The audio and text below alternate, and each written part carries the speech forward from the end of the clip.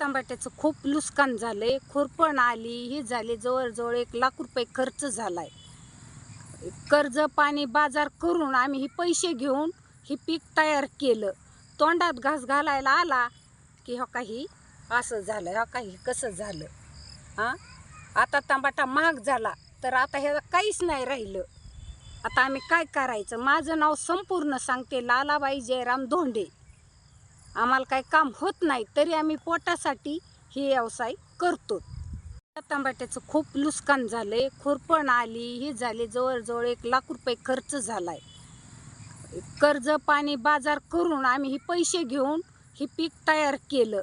तोंडात घास घालायला आला की हो काही असं झालं, हो काही कसं झालं.